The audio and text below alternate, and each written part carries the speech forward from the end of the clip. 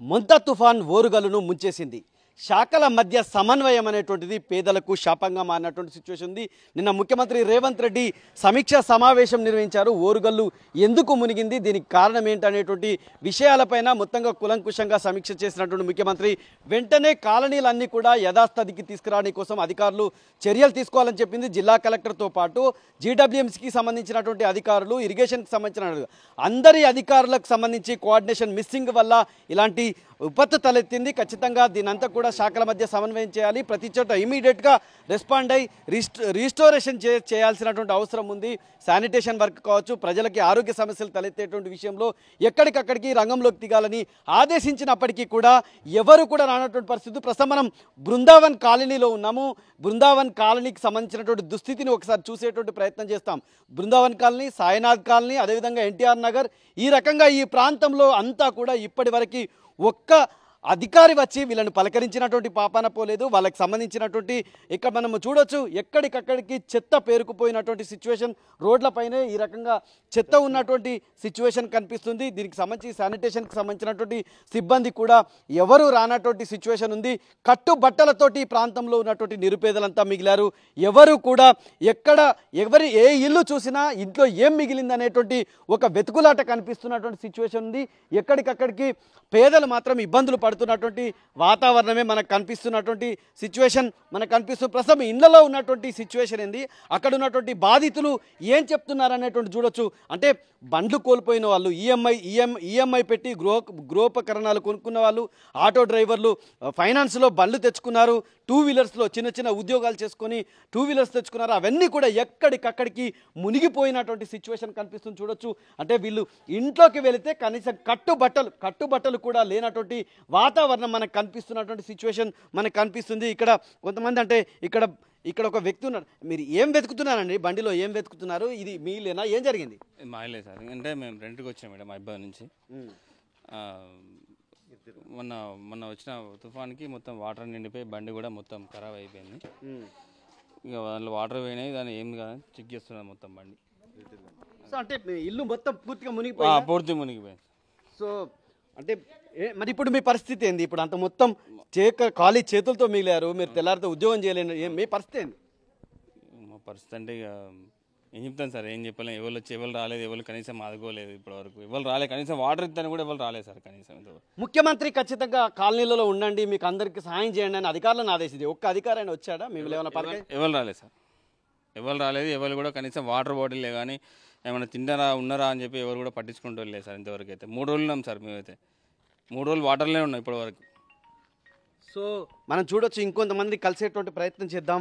వాళ్ళ ఇల్లు ఎలా ఉంది, వాళ్ళు ఏ రకంగా ఉన్నారు అనేటువంటి విషయాలు తెలుసుకునేటువంటి ప్రయత్నం చేద్దాం.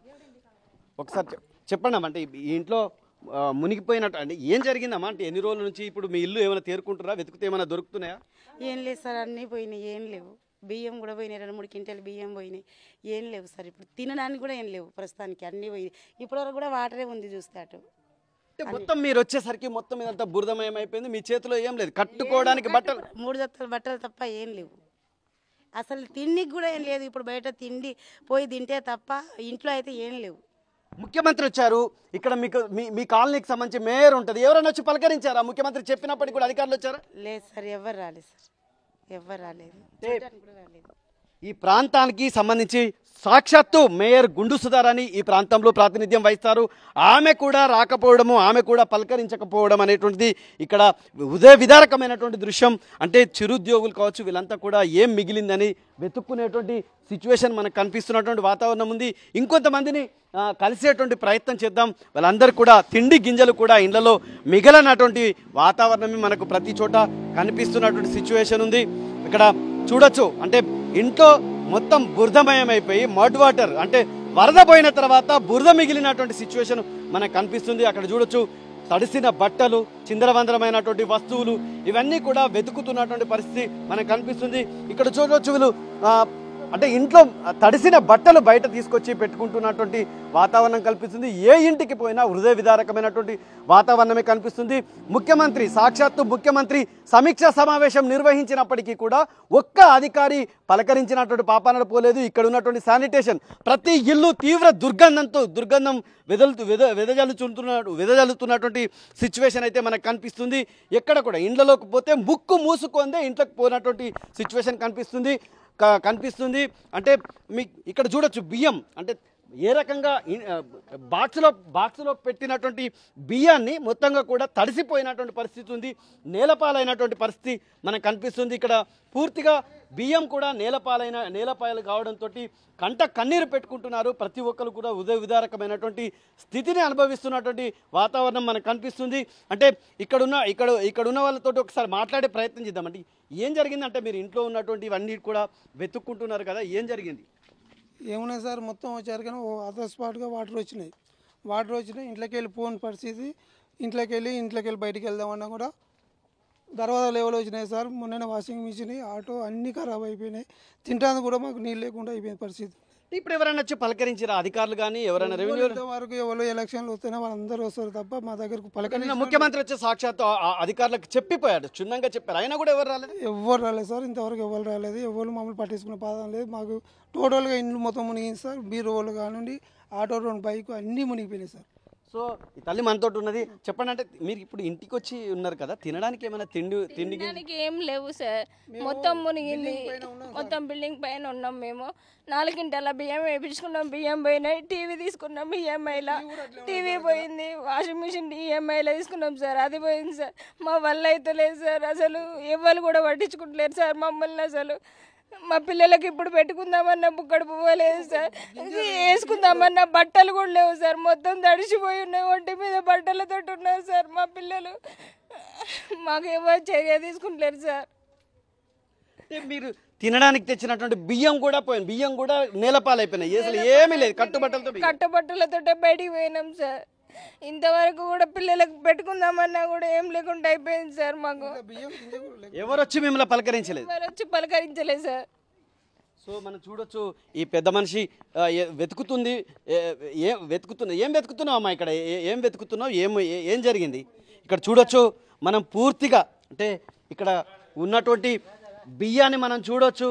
అంటే పూర్తిగా తడిసిపోయినటువంటి బియ్యం. వీళ్ళంతా కూడా రెక్కాడితే కానీ డొక్కాడని వీళ్ళంతా కూడా అంటే ఇండ్లలోకి వస్తే ఇవన్నీ కూడా నెల గాసం తెచ్చుకొని వీళ్ళు జీవితాన్ని గడిపేటువంటి పరిస్థితి. అది కూడా ఈ రకంగా నేలపాలైపోయినాయి. మొత్తం నీళ్ళ పాలైపోయినటువంటి సిచ్యువేషన్ మనకు కనిపిస్తుంది. ఇంత పెద్దావిడ, దాదాపు 70 ఏళ్ళ పెద్దావిడ ఈరోజు వచ్చి ఇంట్లో ఏం మిగిలిందని చెప్పి వెతుక్కుంటున్నటువంటి సిచ్యువేషన్ ఉంది. ఇల్లు చూడొచ్చు, ఇల్లు అక్కర్రానటువంటి వాతావరణంలో మనకు కనిపిస్తున్నటువంటి సిచ్యువేషన్ ఉంది. ఎక్కడా కూడా అంటే పూర్తిగా ఇల్లంతా కూడా చిందర వందరంగా ఉన్నటువంటి సిచ్యువేషన్ ఉంది. అండ్ అంటే మొత్తం అంటే ముక్కులు పగిలిపోతున్నటువంటి సిచ్యువేషన్ ఉంది. తీవ్ర దుర్గంధం ఇంట్లో నుంచి వెదజల్లుతున్నటువంటి సిచ్యువేషన్ మనకు కనిపిస్తుంది. వెదజల్లుతున్నటువంటి సిచ్యువేషన్ మనకు కనిపిస్తుంది. ఒక్కొక్క ఇంట్లో ఒక్కొక్క రకమైనటువంటి విషాద గాథను మనం చూడవచ్చు. ఎవరిని కదిలించినా కూడా కంట కన్నీరు వస్తున్నటువంటి సిచ్యువేషన్ మనకు కనిపిస్తుంది. అమ్మ మీరు ఏం పని చేస్తారు? ఏంటమ్మా అంటే మీరు ఇంట్లో ఏం వెతుకుతున్నారు? మీ ఇల్లు ఇంత అయిపోయినట్టేనా? కాలేదు, ఇంకా ఏం కాలేదు, మునిగిపోయింది మొత్తం. మరి ఎక్కడున్నారమ్మా మీరు? మా బిడ్డింటికి పోయాను. సో ఇది ఇక్కడ చూడొచ్చు మొత్తంగా కూడా ఏ రకంగా ఈ చుట్టూ పరిసర ప్రాంతాల్లో పాములు, తేళ్ళు, పురుగు, బూసి ఇవన్నీ కొట్టుకొచ్చి ఇక్కడ ఉన్నటువంటి పరిస్థితి ఏ రకంగా ఉంది అనేటువంటిది మనం చూడొచ్చు. అంటే ప్రతి పేదవాడి ఇల్లు మొత్తం ఈరోజు మొత్తం ముంచెత్తినటువంటి సిచ్యువేషన్ ఉంది. దుర్గంధం వెదజల్లుతుంది. చెత్త చెదారంతో నిండిపోయినటువంటి సిచ్యువేషన్ మనకు కనిపిస్తుంది.